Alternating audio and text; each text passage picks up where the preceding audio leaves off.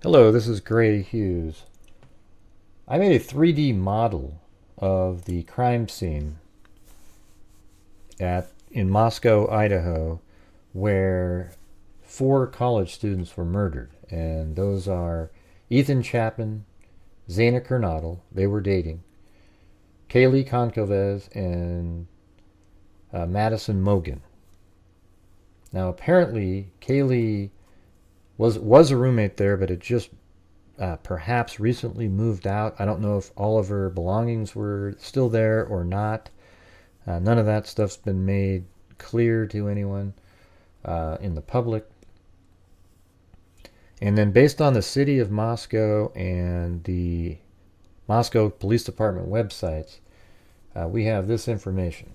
Kaylee Konkovez and Madison Mogan were at a local bar called Corner Club at 202 North Main Street in downtown Moscow between 10 p.m. and 1:30 a.m.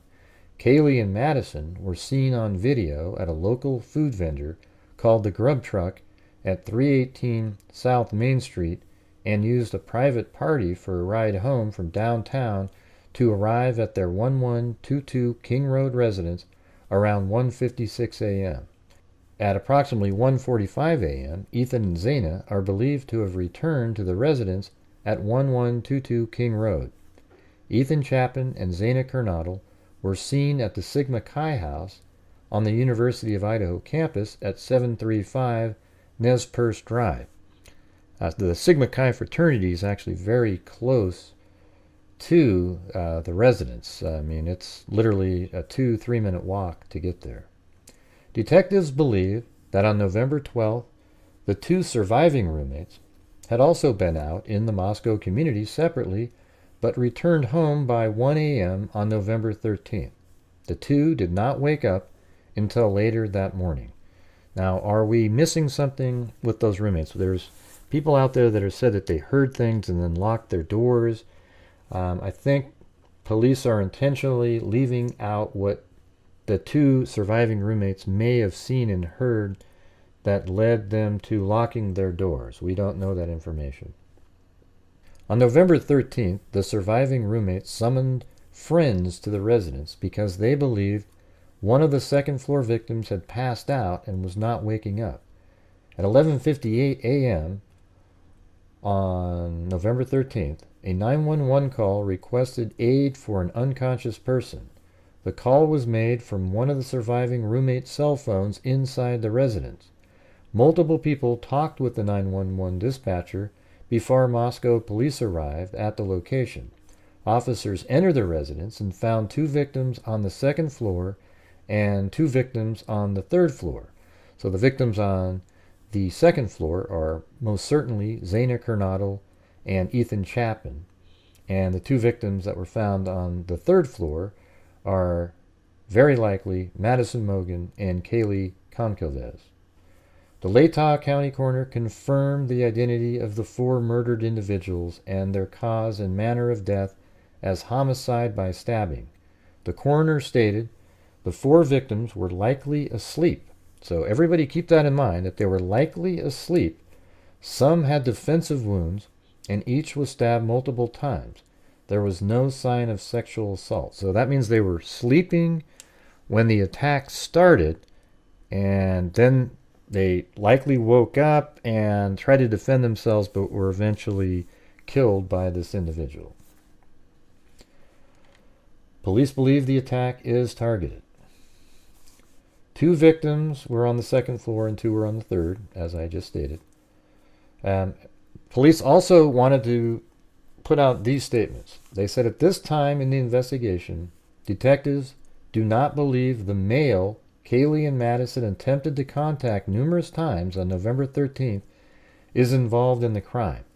So those phone calls that they're referring to there were that Madison and Kaylee, starting at 2:26, Kaylee was calling her ex-boyfriend Jack and called him 5 or 6 times up until 2:44.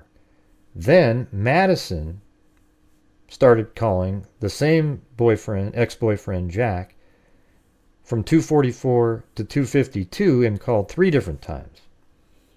And then at 2:52, Kaylee tried calling Jack one more time.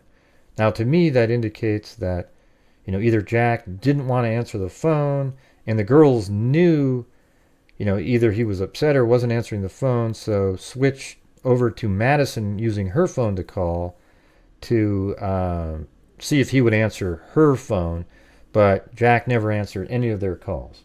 Okay? Police are saying at this time they do not believe that that individual, Jack, is involved. Kaylee mentioned having a stalker, but detectives have been unable to corroborate the statement. Investigators are requesting anyone with information about a potential stalker or unusual instances to contact the tip line. At this time, detectives have investigated the private party driver who took Kaylee and Madison home on November 13th and do not believe he is involved in this crime. They also, at this time in the investigation, detectives do not believe the two surviving roommates or the male in the grub truck surveillance video are involved in this crime. So when Kaylee and Madison left the bar that they were at 1:30, they went to this grub truck to buy food, and there was an individual that was walking with them and then stood back and sort of walked and tracked them, and he apparently was there to make sure that they made it home because they were really intoxicated. And then after Kaylee and Madison got their food, they went to the right and then to the left around the grub truck onto the street, and apparently got a ride from an individual, and that person they don't believe is involved either. And the individual that was following and walking with them by the grub truck actually walks down the sidewalk a little bit farther after sort of waving at them, and then heads off in another direction towards a parking lot, perhaps maybe even his vehicle. And they're saying, at that time, that they didn't believe that that person was involved. Okay, so, the two roommates come home, and they get home at 1 o'clock in the morning. All right? And these are their rooms, 1 and 2. I don't know which room either one of them lived in. So it was Dylan Mortensen and Bethany Funk lived in these rooms right here. Okay, so the killer came in. Maybe he tried to get in their doors, but they were locked. We don't know. The killer came in. Now, was the killer in the house before 1:45 when the other 4 roommates came home and hiding somewhere? We don't know that. Or did they come to the house first and kind of scope out the house, because it is a party house, and maybe it wouldn't be that weird if some random person was walking around in there, and maybe scoped it out, then left, waited, and watched, knowing that these other 4 roommates were going to be coming home at some point. We don't know. So the person, if they went through the keypad way, they would have came up these stairs right here. After coming up those stairs, you can see I just put that floor on now. There's the door from outside. They come up these stairs, and then Zaina and Ethan were in this room back here and were killed. So were they killed first? We don't really know the order of it, but police likely do know the order. And let me show you the next floor. So after coming up the stairs and killing perhaps Ethan and Zaina first, they would go through this little entrance here, which is a little drop down step that you can see right there. And they would go up these stairs. This is the sliding glass door entrance. That's the kitchen right there. They would go up these stairs right here. And once going up those stairs, they would get to the top here and take a left and go through this door right there, which is the bedroom of either, I think it was Madison's bedroom, and perhaps Kaylee was even in that room, because if she had moved out and was just coming back to visit to show her car, then that means she probably wouldn't have her bed and all those kind of items at the house still, so she probably would have slept in the same bedroom as Madison.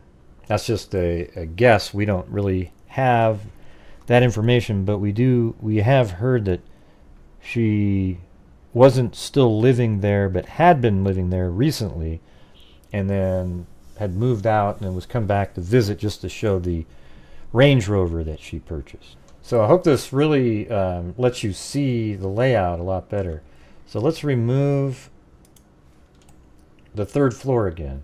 So if the person came through the sliding glass door and killed Ethan and Zaina first, I mean, that really shows a level of targeting where they intentionally went in there to kill these people. They you know, if they were killed while they were sleeping, and he went all the way into the door, you know, through the sliding door like this, through this opening, and then back here, man, that's really out of the way. It's not really like a linear sort of attack where it sort of makes sense. So this makes it seem like it is completely targeted. All of them, I believe, all of them were targeted, but there was one individual that perhaps got the brunt of the attack because that's the person they were most angry at. Now, the way the police could likely be able to determine the sequencing here is by blood droplets. So if Zaina and Ethan were killed first, and there's droplets of their blood perhaps dropping from the knife or off the clothing of the individual, and that blood is up these stairs here, then that means they were first.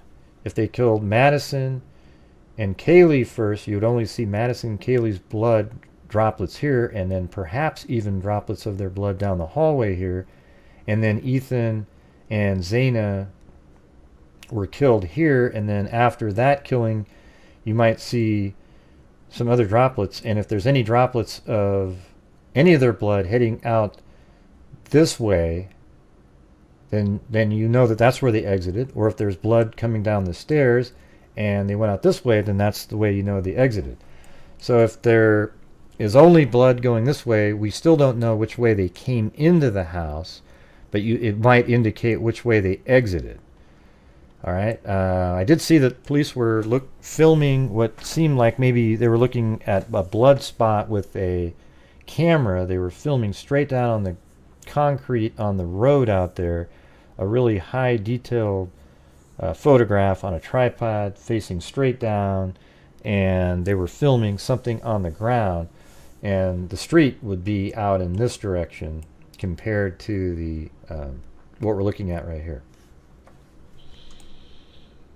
All right, so my guess here is that this individual is somebody who believes that they would be with a certain female if not for the interference with these roommates, and has anger towards them, but has most of their rage towards one of these females that lived in the home. Ethan, I think, was just stayed overnight on the wrong night.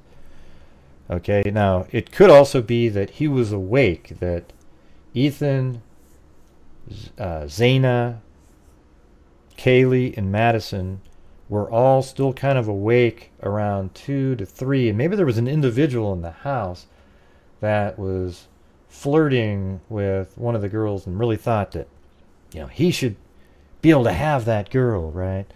And they were all awake, and then that person leaves, and perhaps that's why the Madison and Kaylee called Jack. We don't really know why they called, but perhaps that's why they called, because there was somebody else in the house at that point.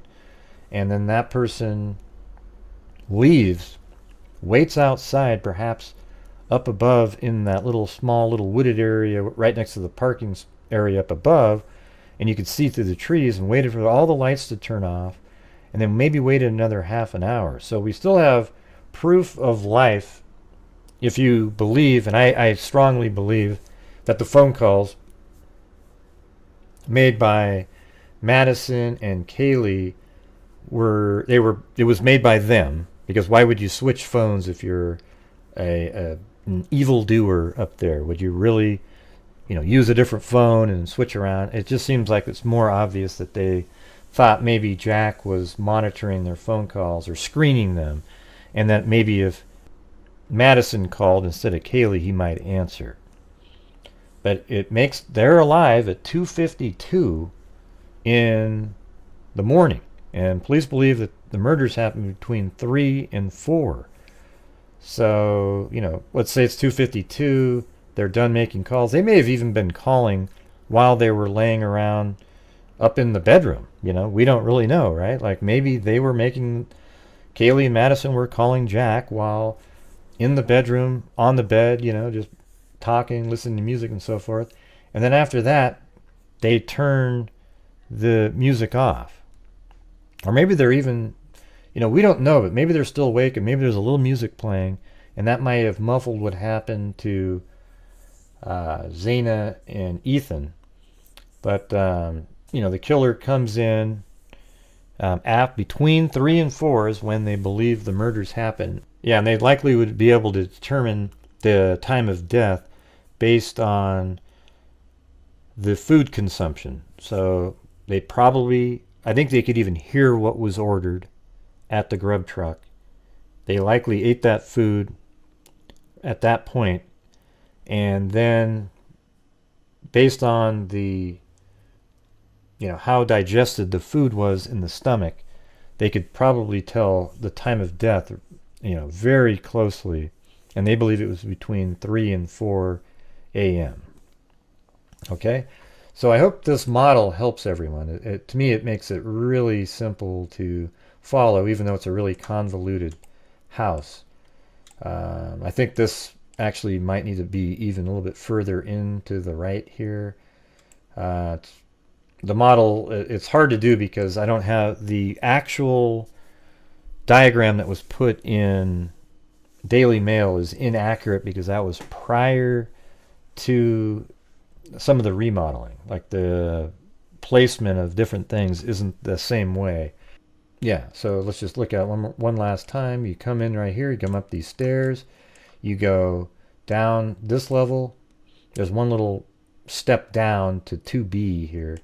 Then you go up these stairs, and then after you go up those stairs, you come up to the 3rd floor, and this is where Madison and Kaylee likely were, right there. And Zaina and Ethan were right here. And as you can see, they're not right on top of each other. And this one's a floor down, so it might not have been as easy to hear anything going on up here as you might have believed, okay? So, you know, it's always great to have a model here. It doesn't help solve the crime. It does help give people that are following the case a much better understanding of what happened. And it does let you see why it might be more targeted than you might have originally believed based on where Zaina and Ethan were sleeping. Why did they go all the way there? And why weren't the 2 individuals on the 1st floor killed? Was it merely because their doors were locked? Wouldn't Zaina and Ethan have locked their doors if they're, you know, sleeping together? Maybe Madison and Kaylee wouldn't because they're up on the 3rd floor basically by themselves, and they felt pretty safe up there. I don't really know, but I mean, this case is absolutely wild right here. It's amazing. Right now they have no people of interest and no suspects, and that is absolutely crazy. There's got to be DNA somewhere from this individual in that house. And if they have that, they have to fast track forensic genetic genealogy and get right to the bottom of this. Because, I mean, if I was a parent of a student, I wouldn't let him go back to school there at this point. I mean, this is a weird situation, all right? So thank you guys very much for watching. I hope this helps out. And until next time, be safe out there.